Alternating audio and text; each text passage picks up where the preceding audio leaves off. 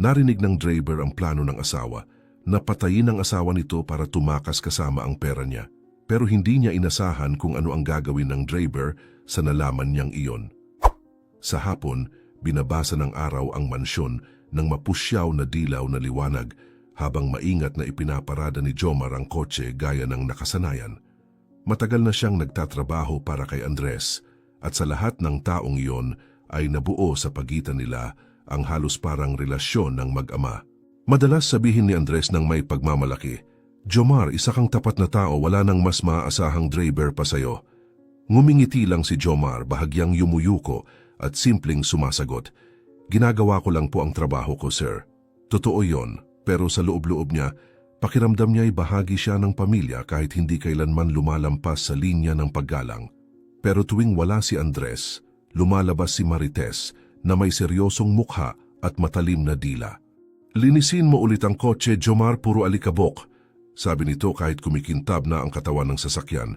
Tahimik lang siyang sumusunod dahil labis ang respeto niya kay Andres para gumawa ng gulo. Habang pinupunasan niya ang kotse na wala ng kapintasan, muli niyang narinig ang boses ni Marites. "At pagandahin mo pa, gusot-gusot na ang suot mo, parang wala kang pakialam."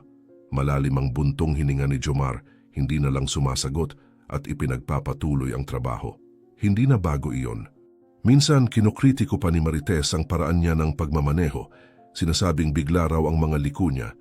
Mali ang ayos ng upuan, mabaho ang amoy ng gasolina sa loob, kung ano-anong detalye lang para may masabi. Pero pagdating ni Andres, biglang may ngiting maamo si Marites. "Swerte mo na may ganito kang kasipag na driver," sabi nito sa asawa na para bang laging mabait, at tumatango lang si Andres na walang alam. Noong araw na iyon, masaya si Andres. "Anibersaryo namin ngayon, Jomar. May surpresa ako para sa kanya mamaya. Sigurado akong matutuwa siya," sabi nito. Pilit nang ngumiti si Jomar at sinabing masaya siyang ihatid sila kahit saan.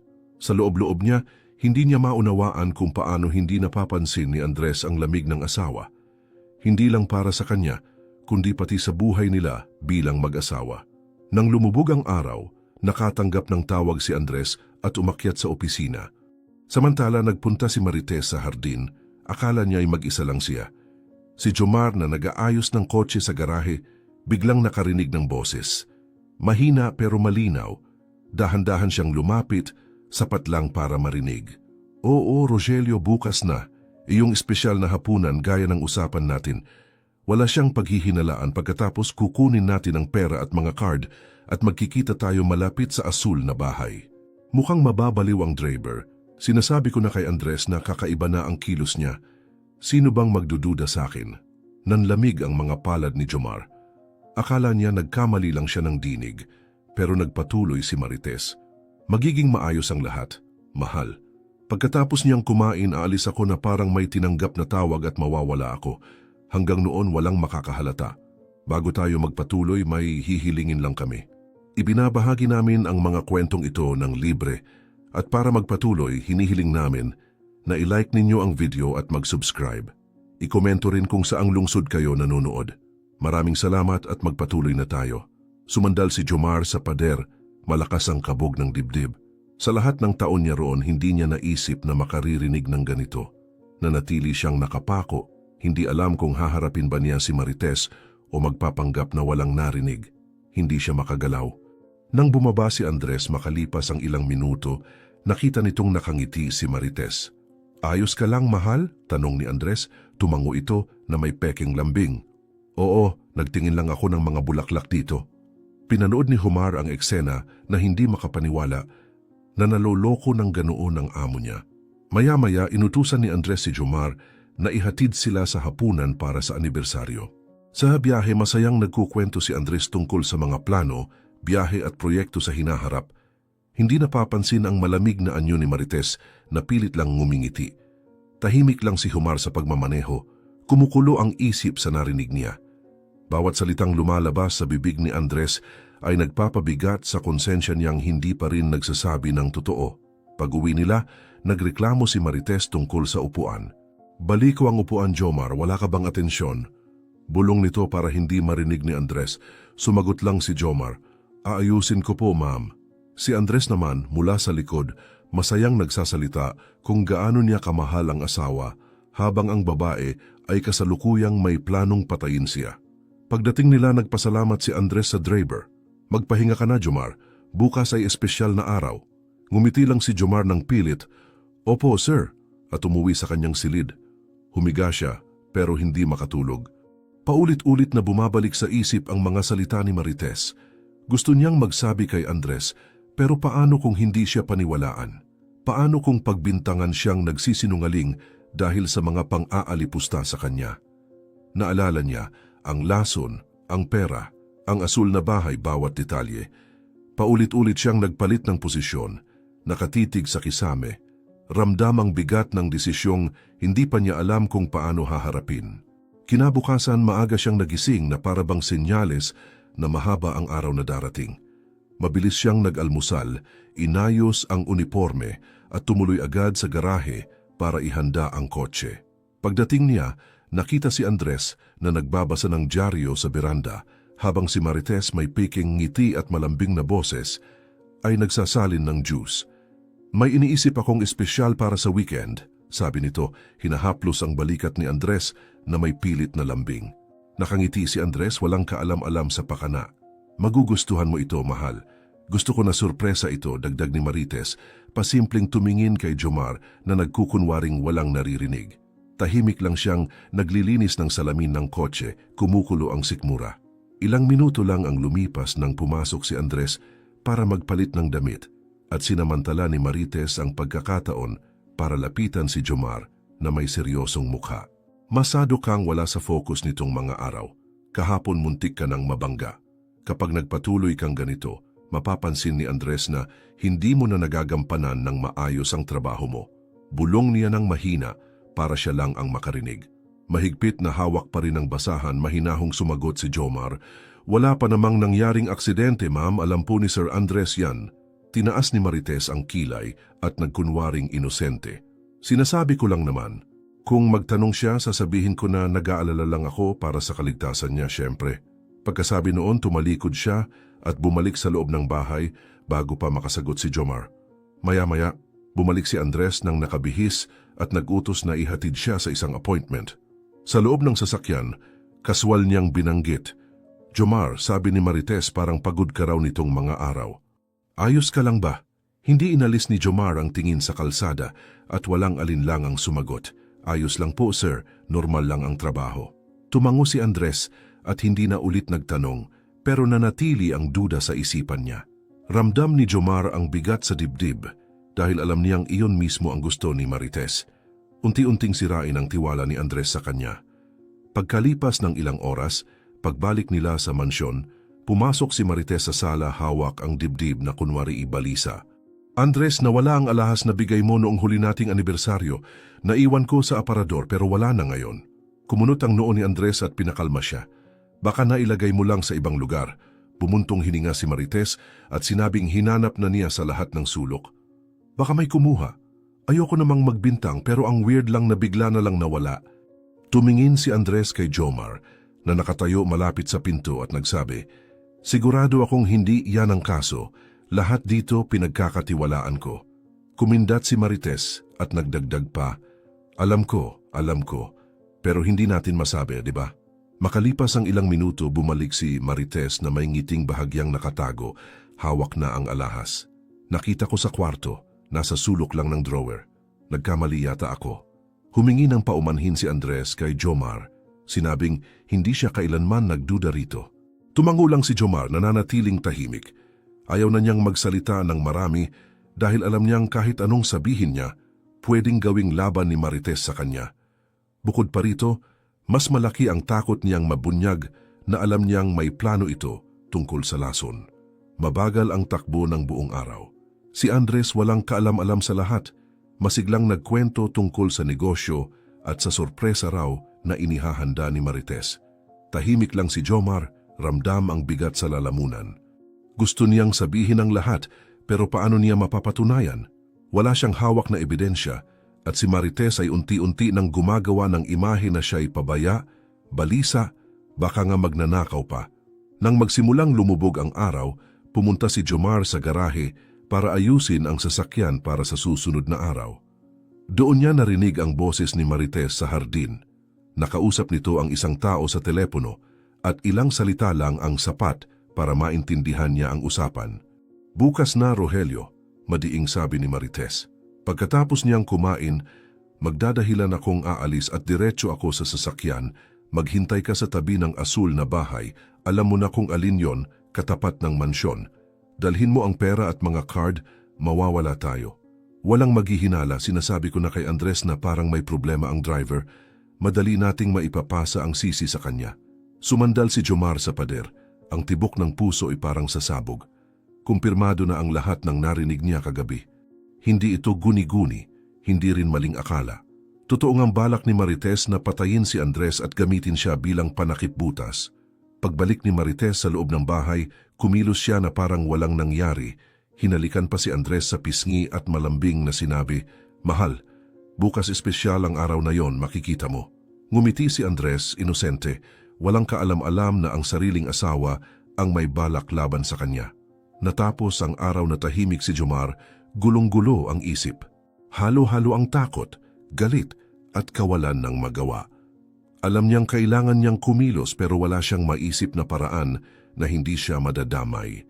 At habang bumabagsak ang gabi, mas lalo lang lumalaki ang bigat sa dibdib niya dahil wala ng duda. Sa hapunan kinabukasan tiyak na may lason na. Kinabukasan mabigat ang pakiramdam ni Jomar sa mansyon, pero para kay Andres, isa lang itong espesyal na araw. Buo ang paniniwala niyang simbolo ng pagmamahal ng asawa, ang hapunan at tuwang-tuwa pa siyang nagkwento kung gaano siya kasaya sa dedikasyon ni Marites. Bihira siyang magluto, Jomar, at ngayon gusto niyang siya lang ang gagawa ng lahat. Siguro na-realize na niya kung gaano kahalaga ang pamilya, masayang sabi ni Andres, may kislap sa mata na mas lalo lang nagpaalala kay Jomar ng panganib. Tumangulang si Jomar, pilit tinatago ang kaba sa tinig. Maya-maya nang pumasok si Andres sa opisina para sa mga negosyo. Halos pumasok na si Jomar para ikwento ang lahat. Nakaabot na siya sa pintuan, pero natigilan nang makita si Marites na bumababa sa hagdan. Tumingin ito diretso sa kanya at malamig na nagsabi, "May tiwala si Andres sa iyo, di ba? Sayang kung bigla niyang isipin na nakikialam ka sa mga bagay na hindi mo dapat pinakikialaman." Agad na naintindihan ni Jomar ang babala. Kapag nagsalita siya ng walang ebidensya, tiyak na siya ang mapapahamak. Sa hapon, hindi mapakali si Jomar kakaisip kung ano ang dapat gawin. Kinuha niya ang susi ng sasakyan at mag-isa siyang nagmaneho papunta sa sentro para asikasuhin ang ilang bagay para sa amo. Pero lutang ang isip niya. Naisip niyang basta na lang umalis, maglaho at kalimutan ang pamilyang iyon. Pero bumabalik sa alaala niya. Ang bawat pagkakataong tinulungan siya ni Andres mula noong nagsimula siyang magtrabaho doon na wala pa siyang kahit ano. Iginagalang siya ni Andres, pinagkakatiwalaan sa lahat ng bagay, at siya pa ang gumastos para sa gamutan noong nagkasakit si Jomar ilang taon na ang nakalipas. "Hindi ko pwedeng iwan ang taong ito ngayon," bulong niya sa sarili habang mahigpit ang kapit sa manibela. Pagbalik niya sa mansyon bandang hapon, nadatnan niyang kararating lang ni Marites na may bitbit na maraming supot. Habang umaakyat si Andres para maligo, pinanood ni Jomar si Marites sa kusina. Maingat nitong inaayos ang mga sangkap, inilalagay sa mga lalagyan at may inilalagay pa sa bag bago iwan sa mesa. Pumasok sa isip ni Jomar. Ngayon na, ilalagay niya ang lason kapag walang nakatingin. Malakas ang tibok ng puso niya. Kailangan niyang gumawa ng paraan para pigilan iyon bago pa makapag-imbento ng kung ano pang kasinungalingan laban sa kanya si Marites. Pagbaba ni Andres, pinuri nito ang bango ng pagkain at niyakap ang asawa, nagpapasalamat sa sipag nito. Pinapanood lang iyon ni Jomar na parang nauubusan ng oras. Kailangan niyang kumilos pero hindi niya alam paano. Hindi pwedeng magsalita sa harap nito. Hindi pwedeng magsabi ng walang ebidensya pero hindi rin pwedeng hayaang mangyari ang hapunan. Napansin ni Marites ang tingin niya at ngumiti ito ng mapanukso. "Ayos ka lang ba, Jomar? Parang tensyonado ka," sabi nito. Sumagot lang siya, "Ayos lang po, pagod lang." Tapos lumingon si Marites kay Andres at sabi pa, "Sabi ko na nga ba, may kakaiba sa kanya nitong mga araw. Ewan ko kung ano ang nangyayari sa kanya. Napalunok si Jomar at lumabas ng kusina bago pa siya lalong ubusin ng babae sa biro. Sa bakuran, malalim ang buntong hininga niya at pilit nag-iisip. Alam niyang hindi pwedeng hintayin pa hanggang sa maihain ang pagkain. Kailangan niyang isiwalat sa tamang oras, sa paraang walang pagdududa si Andres at hindi makakatakas si Marites.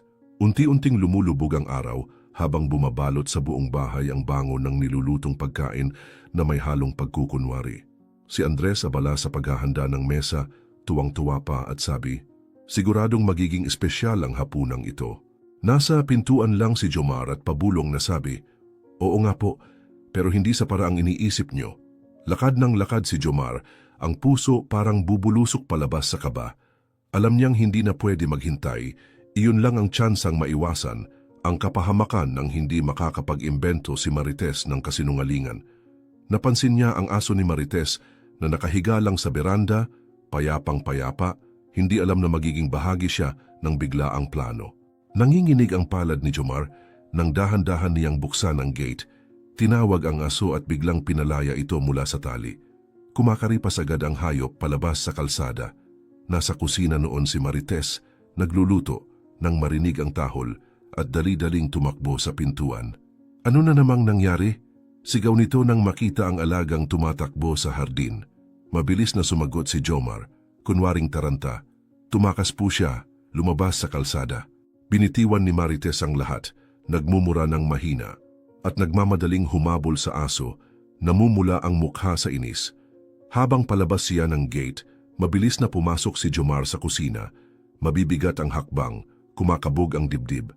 Alam niyang kakaunti lang ang oras niya. Kinuha niya ang bag ni Marites, nanginginig ang mga kamay nang makita ang maliit na boteng salamin na nakatago sa pinakaloob.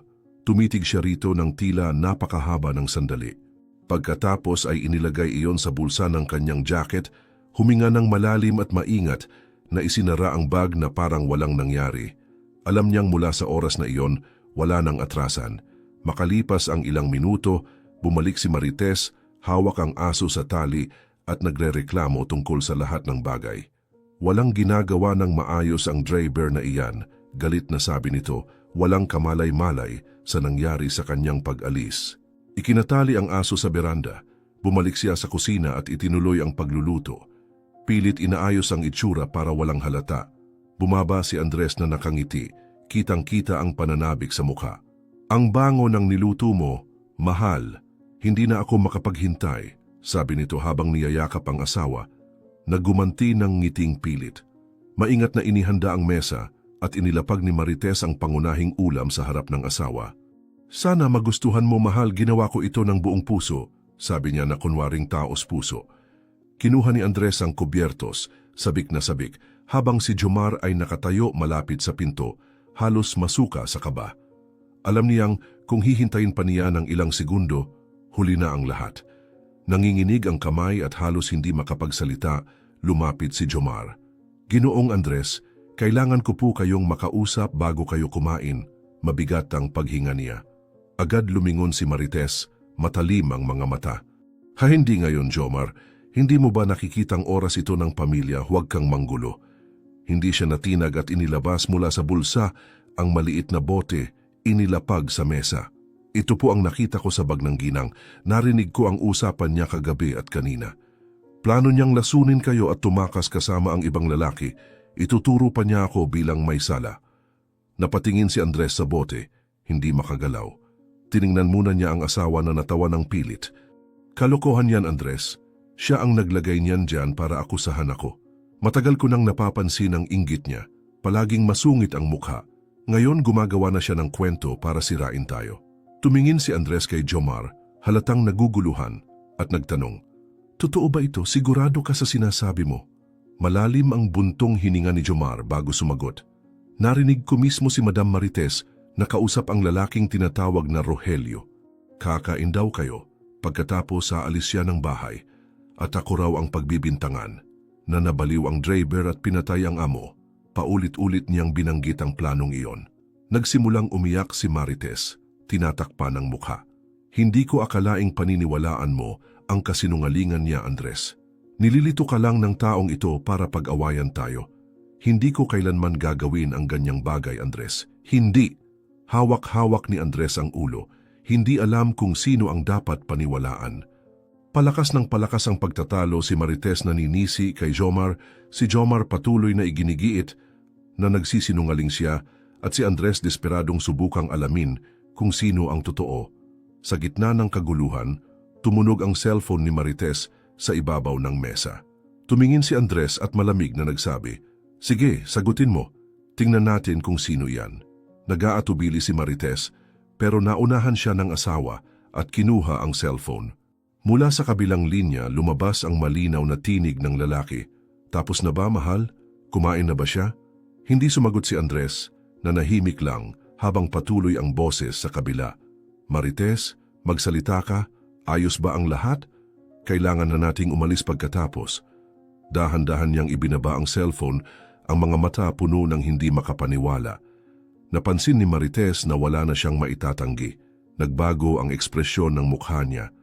Nawala ang lambing, natuyo ang luha, at tahimik lang siyang tumingin kay Andres. Doon tuluyang nahulog ang maskara, at sa unang pagkakataon, hindi na siya nagpalusot.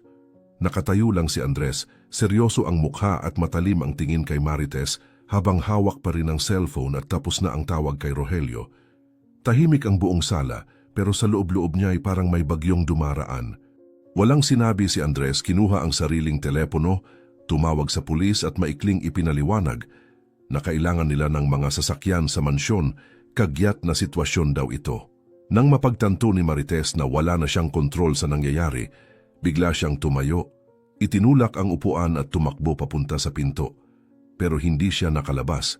Nakatayo roon si Jomar, hawak ang mga susi, seryoso ang mukha at malamig na nagsabi, "Walang lalabas hanggang dumating ang mga pulis." Humarap si Marites, galit na galit ang mga mata puno ng poot. "Akala mo ba mapipigilan mo ako? Walang kwentang driver, hindi mo alam kung sino ang kalaban mo." Sa wakas ay nagsalita si Andres, mababa pero matatag ang boses. "Hindi siya ang pumipigil sa'yo, Marites. Ikaw mismo, tapos na." Dun siya sumigaw, parang lahat ng kinikimkim sa loob ay sabay-sabay lumabas. "Hindi kita minahal kailanman, Andres. Hindi kailanman. Pera lang ang habol ko, matagal ko nang pinapangarap na tumakas kasama si Rogelio. Perpekto ang plano, ang driver ang pagbibintangan, at walang sino man ang makakaalam na ako ang nagplano ng lahat." Bumagsak ng mabigat ang mga salita sa ere. Nanatiling nakatayo si Jomar, nakatingin sa sahig, habang si Andres ay nakikinig lang, walang imik. Wala sa mukha niya ang galit, puro lungkot lang, bigat na parang dumadagundong sa balikat niya. Iyon pala ang totoo, mahina niyang bulong, para bang sa sarili niya lang. Lahat ng taong ito as pawang kasinungalingan lang. Ilang minuto pa, dumating ang mga pulis, kumikislap ang pulang ilaw sa dingding ng sala. 2 pulis ang pumasok kaagad at tinuro ni Andres si Marites.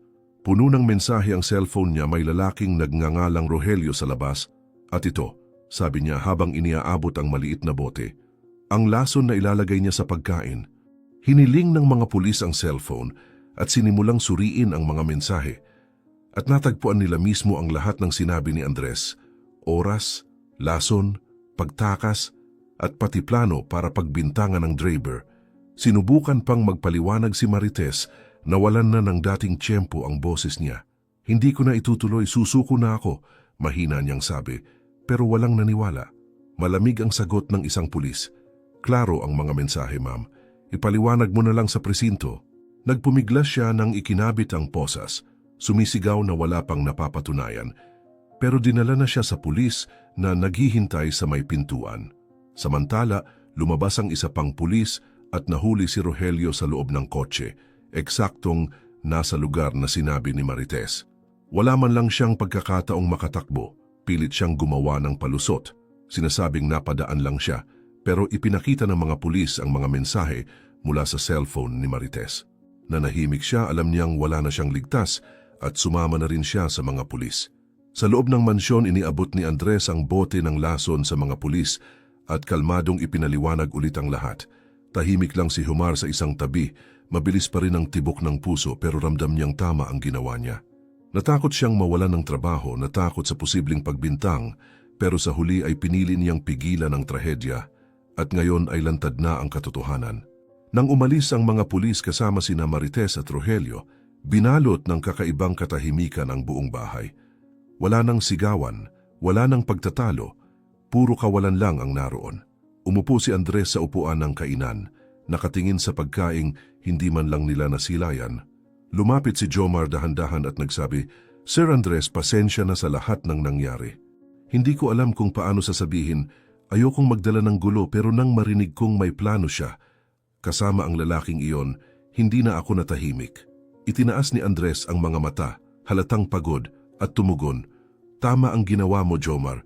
Niligtas mo ang buhay ko." Ilang segundo pa siyang nanahimik bago nagsabi, "Pero alam mo kung ano ang mas masakit? Hindi ang tangkang pagpatay, kundi ang malaman na sa lahat ng taong ito, hindi niya ako minahal. Lahat ng salita, lahat ng kilos, pawang kasinungalingan." Hindi alam ni Jomar kung ano ang dapat sabihin. Nanatili lang siyang nasa tabi nito, iginagalang ang katahimikan. Tumutunog ang orasan sa sala at tila naging malaki at hungkag ang buong bahay ngayon na wala na si Marites. Ipinahid ni Andres ang mga kamay sa mukha, parang pilit na gumigising mula sa bangungot, pero hindi iyon panaginip. Ilang taon kasama ang isang tao na ang hinihintay lang ay ang tamang oras para wasakin ako. Iyon ang hindi ko kayang intindihin, mahina niyang sabi, halos pabulong. Maingat na sumagot si Jomar, "Wala kayong kasalanan sa kabutihang puso ninyo, Sir Andres. Siya ang nagkamali, hindi kayo." Tumangunang bahagya si Andres, walang sinabi sa ilang segundo. Pagkatapos ay tumingin siya sa tsuper at matatag na nagsabi, "Nanatili ka. Kahit alam mong pwede kang pagbintangan, hindi ka umalis. At hindi ko yan malilimutan." Tahimik ang sumunod na gabi. Hindi kumain si Andres. Tubig lang ang hiningi at matagal na naupo sa sala, nakatitig sa kawalan. Wasak ang puso niya, pero ang mga mata ay may kakaibang tapang, parang taong nawalan ng lahat, pero alam na kailangang magpatuloy. Pagkaraan ng isang linggo, puno ang silid ng hukuman, pero mabigat ang katahimikan para bang alam ng bawat isa na katapusan na ito ng isang kwento na sumira ng maraming buhay. Pumasok si Marites na may kasamang mga pulis, maputla ang mukha at matitigas ang mga mata. Wala na ang dating lambing na ginagamit niyang panlilinlang. Katabi niya, si Rogelio ay nakayuko, walang lakas ng loob na tumingin kaninuman. Nakaupo si Andres sa unahang hilera, magkakrus ang mga kamay sa kandungan at nakatitig sa mga akusado. Wala siyang sinabi mula simula hanggang dulo, kahit noong basahin ng hukom ang mga mensahe ni Marites at Rogelio, kahit noong banggitin ang lason na nakita sa bag niya, at kahit noong ilahad ang plano nilang ipasa ang kasalanan kay Jomar. Bawat salita ay parang patalim pero ayaw niyang gumanti. Gusto lang niyang marinig lahat hanggang matapos. Nasa likuran si Jomar, ilang upuan ng pagitan, seryosong nakatingin, mabigat ang dibdib sa mga pangyayari. Naalala niya ang gabing nabunyag ang lahat, ang mga salitang binitiwan ni Marites na hindi niya kailanman minahal si Andres, at ang katahimikan ng amo nang marinig ang katotohanan tungkol sa babaeng pinagsaluhan niya ng maraming taon. Ngayon, naroon ang dalawang kriminal nakikinig sa hatol na magbabago sa buhay nila habang buhay. Ipinahayag ng hukom na makukulong ng maraming taon sina Marites at Rogelio, walang karapatang makalaya ng maaga dahil sa tangkang pagpatay, sabwatan at panlilinlang. Sa mismong pagbasa ng hatol, hindi umiyak si Marites, hindi rin nagmakaawa. Nanatiling malamig ang mukha niya, para bang tuluyan ng nahulog ang maskara. Malalim ang buntong hininga ni Rogelio pero wala ring sinabi. Nananatiling nakaupo si Andres matatag, pinipisil ang sariling mga kamay na para bang iyon lang ang pumipigil sa mga luha. Ayaw niyang ipakita ang kahinaan sa mga taong nagtangka sa buhay niya, pero sa loob-loob niya, basag na basag ang puso. Nang magsimulang lumabas ang mga tao, lumapit si Jomar at marahang ipinatong ang kamay sa balikat ni Andres. "Ayos lang ba kayo, sir?" tanong niya. Alam na halatang tanong iyon, pero gusto lang magpakita ng suporta. Huminga ng malalim si Andres bago sumagot. "Hindi madali ang makita ang taong nakasama mo ng maraming taon na hinahatulan dahil sa pagtatangkang kitilin ang buhay mo. Pero siguro kailangan to para tuluyan kong matanggap ang katotohanan." Hindi siya lumingon nang ilabas na posa sina Marites at Rogelio. Lumabas lang siya ng hukuman ng dahan-dahan. Parang bawat hakbang ay mabigat. Pagbalik sa mansyon, iba na ang pakiramdam sa loob ng bahay.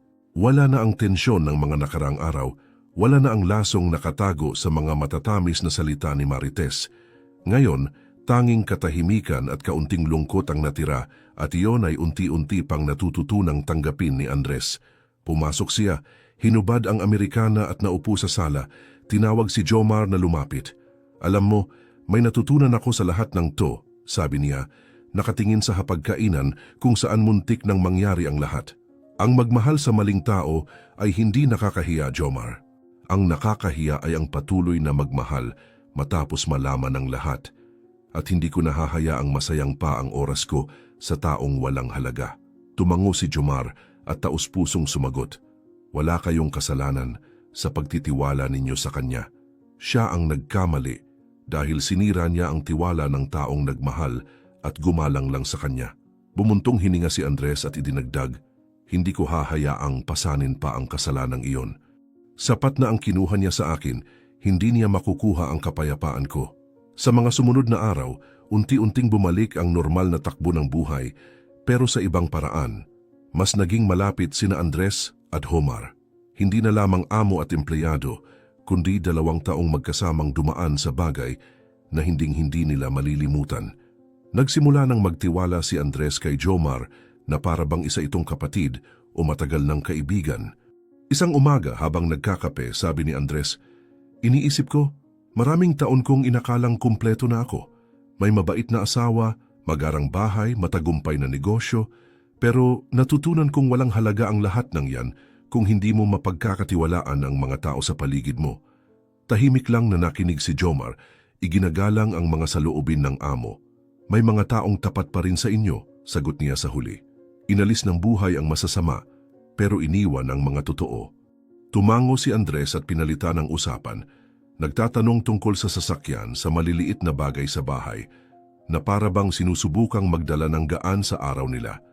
Parang unti-unti siyang muling natutong huminga, mabuhay ng walang anino ni Marites na palakad-lakad sa mga pasilyo. Sa gabi, minsan umuupo siya mag-isa sa beranda, nakatingin sa hardin, pero hindi na may halong pait. Parang tinatanggap na niya sa puso na naloko siya, pero hindi kailangan dalhin ang bigat na yon habang buhay. Isang hapon, tinawag ni Andres si Jomar para mag-usap sa sala. Alam mo, sabi niya, noong nangyari ang lahat, akala ko hindi na ako muling makakapagtiwala sa kahit sino. Pero nanatili ka sa tabi ko, kahit delikado para sa'yo. Hindi ko makakalimutan yon. Simple lang ang sagot ni Jomar. Ginawa ko lang po ang dapat gawin ng kahit sinong may kaunting tapang. Hindi ko pwedeng hayaang mangyari yon. Ngumiti si Andres sa unang pagkakataon matapos ang maraming araw. Mas malaki ang ginawa mo kaysa iniisip mo. Iniligtas mo ang buhay ko, Jomar. At ipinakita mong may katapatan pa rin sa mundong ito. Lumipas ang mga linggo at unti-unting bumalik ang ritmo ng buhay. Muling umaalis ang sasakyan para sa mga lakad ni Andres. Ngayon ay walang pagmamadali, walang sigawan, at wala na si Marites para gumawa ng kwento laban sa driver. Nagkaroon ng mga bagong tauhan sa bahay, tahimik at marespeto, pero wala ni isa ang pumalit sa tiwalang ibinigay kay Jomar. Siya pa rin ang kanang kamay ni Andres, ang taong pwede niyang makausap ng walang alinlangan. Isang tahimik na gabi, inimbitahan ni Andres si Jomar na kumain kasama siya, bagay na halos hindi niya ginagawa noon. Sa gitna ng hapunan, sabi niya, akala ko na wala na ang lahat, pero ngayon nakikita kong hindi pala. May mga kaibigan pa rin ako, may buhay pa rin ako, at hindi ko nasasayangin ang oras sa mga taong nagdala lang ng sakit. Tumingala si Jomar at sumagot, may hinaharap pa po kayo, at mas mahalaga yon kaysa sa nakaraan. Sa pagtatapos ng araw na yon, tumingin si Andres sa tahimik na bahay, sa driver na ngayon ay isa na ring kaibigan, at naramdaman niyang sa kabila ng mga sugat, mas matatag na siya ngayon. Natutunan niyang huwag sisihin ang sarili sa maling taong minahal, pahalagahan ang mga tamang tao, at magpatuloy sa buhay. At sa ganoong paraan magkasama pa rin sina amo at driver, bawat isa ay may sariling pilat, pero handa na para sa bagong yugto ng buhay. Mas kaunti ang ilusyon, mas marami ang katotohanan, at may tiwalang walang makakasira. Salamat sa panunood hanggang dulo. Sa mundong puno ng sakit na madalas ay tahimik lang dumadaan, pinili mong makinig hanggang sa huling bahagi. Kung nahipo ka ng kwentong ito, mag-iwan ng iyong pagsuporta.